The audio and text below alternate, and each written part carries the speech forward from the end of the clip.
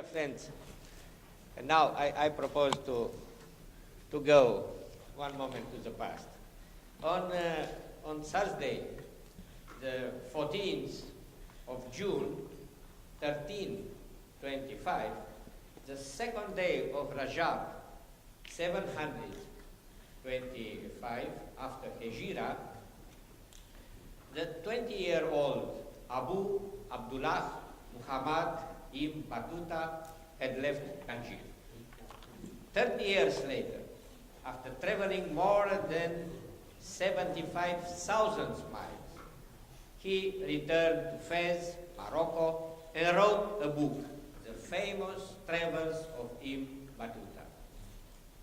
His memoirs tell us about a world that was stretching from the Mediterranean Sea to the Black Sea and the Caspian Sea. It is a world of Levant we remember during this conference. After 700 years, do we know more about this world? We travel with a similar airplanes. We are landing in airports alike. We lodge stop in hotels alike. We eat in the same fast food. We watch plasma TVs providing us the same news. Do you know more about this world now? About each other? Or about ourselves? Why?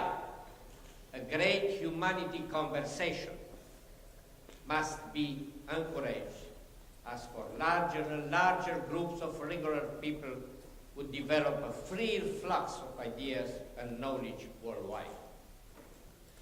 Conflict prevention and managing the post-conflict situation in a contemporary world require a comprehensive, balanced vision, which would take into consideration the interests of various ethnic and religious communities, the state's duties, and the natural rights of their citizens, the conjectural and the long-term interests of the regional actors.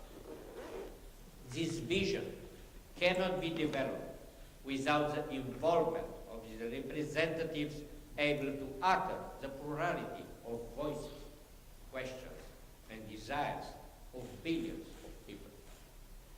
Not understanding the other's motivation had led during history to many wrong decisions of foreign policy that triggered conflicts or wars. The common values policy as a dialogue basis can bring about the stability within the globalized 21st century world. The great popular movement for freedom, democracy, and human rights occurring nowadays in Northern Africa and in the Middle East will change the face not only of these countries alone, but also of the entire world in the near future. What we are seeing here is the possibility of establishing a security and peace guarantee system based more on what we call the soft power. International politics, as well as classic diplomacy, was built on power and force relations and will continue to be so a long time from now on. The concept of soft power is far from being functional. Cultural diplomacy is still at its doubts.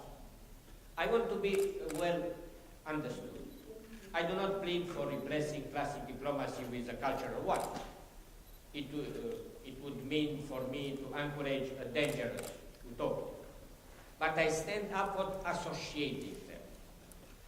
From my experience gained as a scientist, as a manufacturer, as a statesman, I can say the cultural diplomacy is the same rapport with classic diplomacy as their non-Euclidean geometry with the Euclidean geometry, the relativistic physics with the Newtonian physics, the law of including middle with the law excluding middle of the Aristotelian logic, the modernism, the postmodernism, the classicism and neoclassicism with literature, music, and art.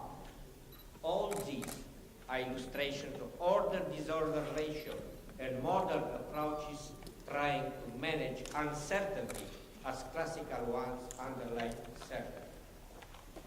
I believe that we can hope for more.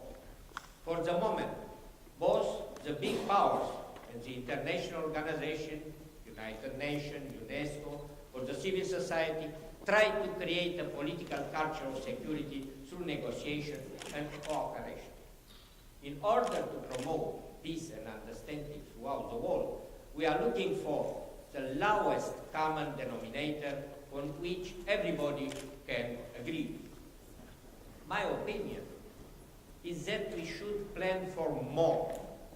If we want to make a real peace understanding between people, we must focus to identify not only the lowest common denominator, but we should relate ourselves to the highest common denominator. 20 years ago, people in Eastern Europe were ready to fight and to die for freedom and democracy. In a new millennium, let us rediscover faith. Not in order to use it like it happened during the long history of humanity against each other, but to understand our reason on earth. Peace is the name of God. Either we are Christian, Muslim, or Jewish. Only man's arrogance made him forget the message of God, no matter how we call his name in our language or faith. If within the Levant area a visionary political project will be achieved, project adapted to the major challenges of the present, it will contribute to a new identity of the zone of European and global concept. The declaration adopted at the Bucharest Forum may represent a first step. Dear friends, in the end, I would like to thank all the participants for their exceptional contributions, which enriched our conference and made it a real success. This success would not have been possible without the support received from the Romanian authorities, to which I would like to thank now. It would have not been possible also without the exceptional effort made by the people who organized it ever. And I invite you to applaud, and I ask them to stand up. Those from Romanian Foundation for Democracy, Team Michael and team, University of Bucharest, please stand up. National Authority for Scientific Research, here. Romanian Cultural Institute, the Romanian Diplomatic Institute, and the Black Sea Caspian Sea International Fund.